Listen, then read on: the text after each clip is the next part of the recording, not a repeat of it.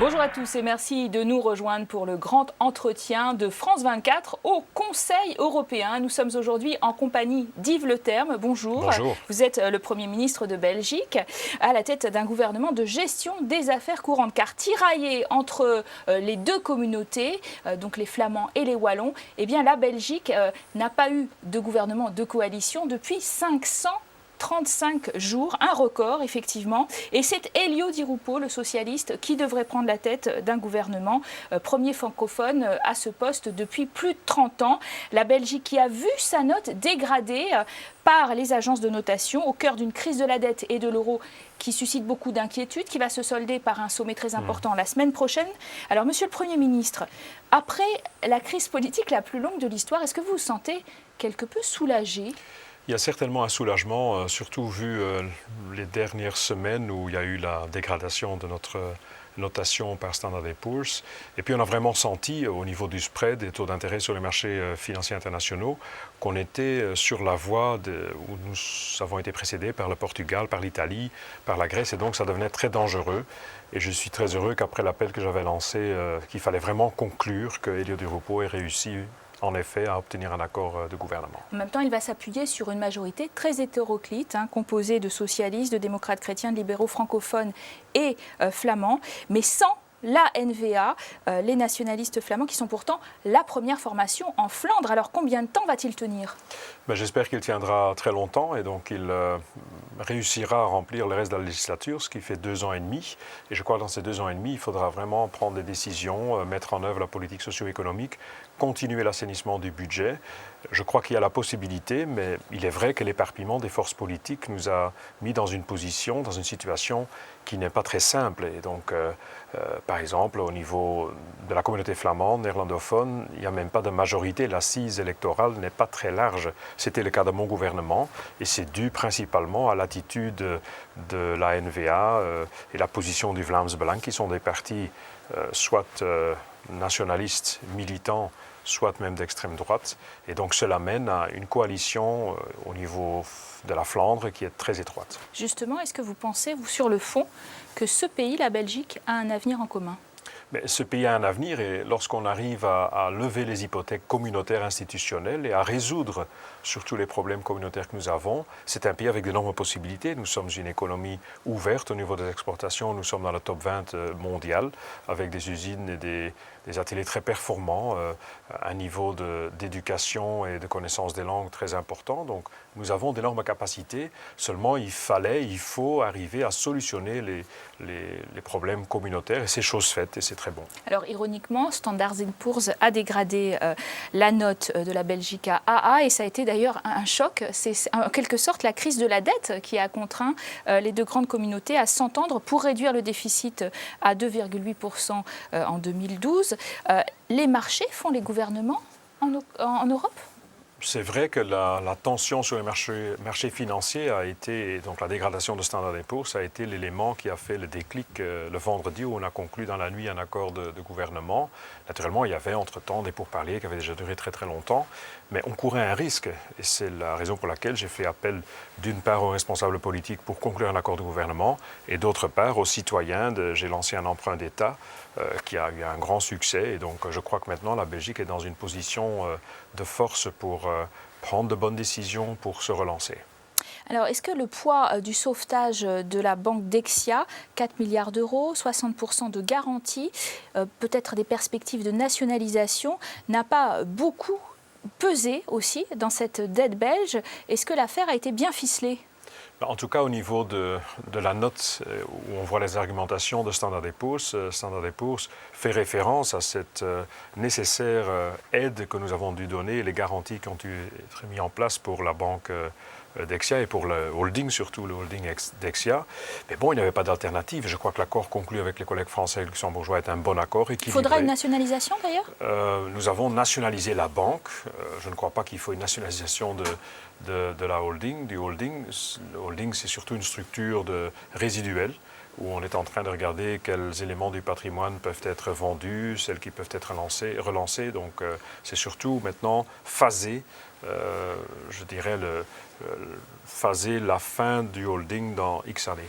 Alors, votre successeur doit participer le 8 et le 9 au prochain sommet, donc sommet européen que l'on dit déterminant pour l'avenir de la zone euro. Angela Merkel qui veut y proposer des pistes pour un nouveau traité avec davantage de sanctions automatique pour qui ne respecterait pas le pacte de stabilité, des sanctions de la Commission européenne, de la Cour de justice. Vous y êtes favorable? Je crois qu'il faut les deux. Je crois qu'il faut doter la zone euro des moyens de se défendre, des moyens supplémentaires, surtout au niveau de la Banque centrale européenne. Il faut que la Banque centrale européenne ait la possibilité d'intervenir de façon plus massive et plus rapide et plus efficace. Mais ça ne peut que se faire que... Et donc, les collègues allemands et d'autres pays ne sont prêts à faire ces gestes de solidarité qu'au cas où ils ont la garantie que la convergence économique, le fait de restaurer la compétitivité, que ça se fasse vraiment. Et donc, ça ne pose pas un problème de souveraineté nationale, qu'on traîne les pays devant la Cour de justice? Il faudra changer les traités. J'espère que l'initiative de changer les traités ou d'avoir un nouveau traité au niveau de l'Union européenne, de la zone euro, qu'on l'ait lancé sur une bonne base, parce que comme ça, lancer une procédure, ça veut dire aussi qu'il faut obtenir consentement de tous les États membres. C'est une rude affaire avec des référendums. Donc j'espère que ça se passera bien. Ce n'est pas gagné d'avance. Vous dites en même temps quelque chose qu'Angela Merkel ne veut pas entendre pour l'instant, à savoir que la Banque centrale européenne doit intervenir pour acheter des dettes souveraines. Pourtant, à l'avenir, il faudra les deux.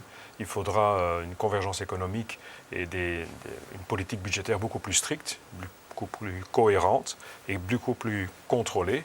Mais il faut d'autre part aussi que la Banque centrale européenne ait les moyens d'une banque centrale, d'une zone monétaire comme la zone yen ou la zone dollar. L'autre piste, ce sont les eurobonds, les fameuses obligations européennes, communautariser la dette, ce qui est difficile pour l'Allemagne aussi, puisque ça lui ferait augmenter ses taux d'intérêt. Donc, est-ce que vous pensez qu'on sera capable de les instaurer et qu'il faudra les instaurer à l'avenir?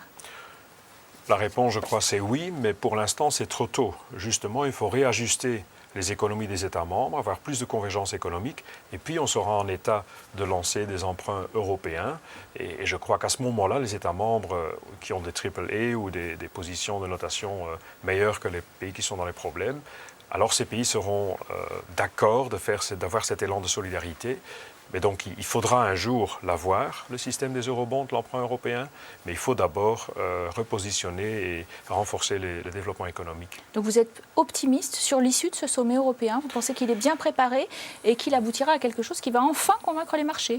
Ce qui est typique pour la politique européenne et la politique efficace au niveau de la zone euro, parce que quand même on a réussi à sauver l'euro, à défendre l'euro jusqu'à présent, c'est ce qu'on appelle en anglais le muddling through. Et donc, il reste à voir maintenant si comme ça, d'aller à petits pas, de compromis à compromis. C'est ça l'essentiel, c'est ça l'essence caractéristique essentielle de la construction européenne. Reste à voir maintenant, les 8 et 9 décembre, le pas qu'on va pouvoir franchir, s'il sera vraiment assez important. S'il sera vraiment décisif, je crois que c'est nécessaire. Mais il est très clair qu'après le sommet du 8 et 9 décembre, il faudra un nouveau sommet. C'est ça le propre de la construction européenne.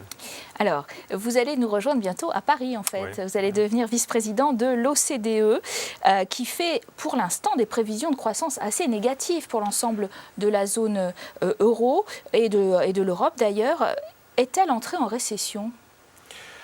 Selon la définition classique de la récession, il y a des parties en Europe où on a vraiment une récession. Globalement, je crois que l'Europe est sous la défensive. Et donc, il est très important qu'après avoir mis de l'ordre dans les finances publiques, et en mettant même, pendant qu'on met de l'ordre dans les finances publiques, qu'on réajuste les économies, qu'il y ait aussi une politique d'avenir, de croissance, de redéploiement des moyens économiques. Et donc, je crois que l'OCDE fait un bon diagnostic, très bon diagnostic, mais il faut, sur base de ces diagnostics, au niveau des politiques, des décideurs politiques, aussi des opérateurs économiques, avoir maintenant surtout une dynamique et un élan d'avenir. Mais est-ce qu'on a en quelque sorte cassé la croissance à force de trop d'austérité? Est-ce que vous le craignez, ça, de la part des gouvernements? Est-ce que cette politique d'austérité partout, tout le temps, n'est pas contre-productive en matière de croissance? Sans trop vouloir vanter le modèle belge, je crois qu'une des clés de la réussite de la Belgique, la relative réussite durant cette période de crise économique, c'est justement qu'en Belgique, on a trouvé le bon équilibre entre, d'une part, l'assainissement nécessaire et durable des finances publiques et, d'autre part, garder l'espace pour une croissance et donc ne pas trop entraver la confiance de façon supplémentaire, la confiance des consommateurs, des investisseurs.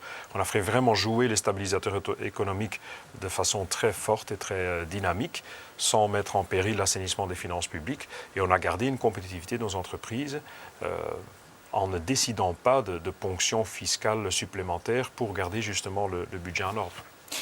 Vous avez fréquenté effectivement tous les membres du Conseil européen où nous sommes aujourd'hui. Comment vous jugez finalement les capacités de leadership? On dit que c'est la première économie de la zone euro jusqu'à présent d'Angela Merkel. Est-ce qu'elle a été trop lente, comme on le dit, sur ces dossiers? Mais il est essentiel, je crois, que l'Allemagne, que la France, que les grandes économies aient une démarche pro-européenne. Et il faut reconnaître que cette démarche est vraiment pro-européenne. Naturellement, la perception de l'opinion publique allemande, c'est la perception d'une réalité qui dit que les Allemands ont à faire preuve d'une énorme solidarité avec les économies qui sont un peu à la traîne. Ce que moi je regrette, c'est que dans le discours politique allemand, au Bundestag aussi, ce n'est pas en premier lieu au niveau d'Angela Merkel, mais dans la discussion politique en Allemagne, on ne met pas suffisamment l'accent sur tout le bénéfice que tire l'économie allemande de la zone euro. L'économie allemande est une économie à vocation d'être une économie d'exportation. Et donc les exportations, ça passe par exemple, une monnaie commune. Dans un an, Monsieur le Premier ministre, vous aurez encore des euros dans votre poche? Oui, certainement. Ouais.